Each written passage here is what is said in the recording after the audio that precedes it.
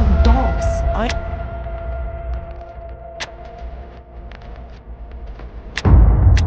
কারাগারে বন্দীদের নির্যাতনের খবর নতুন নয়, কিন্তু যদি অভিযোগ ওঠে বন্দীদের উপর পরিকল্পিতভাবে চালানো হচ্ছে যৌন সহিংসতা, ধারণ করা হচ্ছে সে ভিডিও, এমনকি সেটিকে যুদ্ধের কৌশল হিসেবেও করা হচ্ছে ব্যবহার, তাহলে বিষয়টি শুধু মানবাধিকার লঙ্ঘনের মধ্যেই সীমাবদ্ধ থাকে না, বরং তা মানবতা বিরোধী অপরাধের প্রশ্নও সামনে নিয়ে আসে। সম্প্রতি আল জাজিরার একটা অনুসন্ধানী প্রতিবেদনে উঠে এসেছে ঠিক এমনই একাধিক ভয়ঙ্কর অভিযোগ। ফিলিস্তিনি বন্দীদের উপর ইসরায়েলি কারাগার ও আটক শিবিরে পদ্ধতিগত যৌন সহিংসতা এবং নির্যাতনের অভিযোগ নতুন করে আলোচনার জন্ম দিয়েছে আন্তর্জাতিক অঙ্গনে। আল জাজিরার একটি অনুসন্ধানী প্রামাণ্যচিত্রে কয়েকজন সাবেক ফিলিস্তিনি বন্দী দিয়েছেন তাদের অভিজ্ঞতার ভয়াবহ বর্ণনা।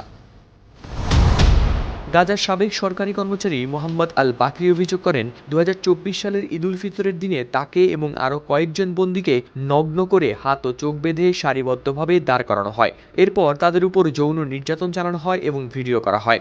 জব ছদ্মনামে গাজার এক সাধারণ দিনমজুর অভিযোগ করেন যে নারী সেনারা তার হাত পা বেঁধে মেঝেতে চেপে ধরে কৃত্রিম বস্তু ব্যবহার করে তাকে ধর্ষণ করেন। সে সময় চারপাশের অন্যান্য সেনারা হাততালি দিচ্ছিল এবং পুরো ঘটনার ভিডিও ধারণ করছিল। মানবাধিকার সংস্থাগুলো বলছে, ফিলিস্তিনি বন্দীদের উপর যৌন সহিংসতার অভিযোগ বহু পুরনো হলেও 2023 সালের অক্টোবরের পর থেকে আরও বেড়েছে এসব অভিযোগ।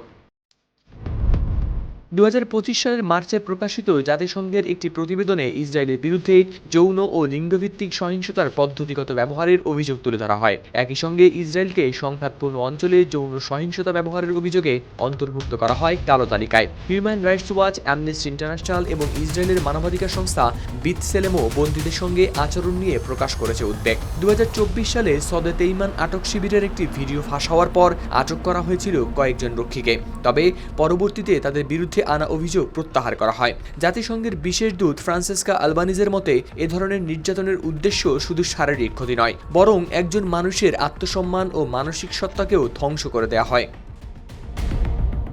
আন্তর্জাতিক আইন বিশেষজ্ঞদের মতে, যদি এ ধরনের সহিংসতা বিচ্ছিন্ন ঘটনা না হয়ে পরিকল্পিত ও নিয়মতান্ত্রিকভাবে পরিচালিত হয়, তাহলে তা মানবতা বিরোধী অপরাধ হিসেবে বিবেচিত হতে পারে। কারাগারের দেয়ালের আড়ালে আসলে কি ঘটছে সেই প্রশ্নের উত্তর খুঁজছে আন্তর্জাতিক মহল।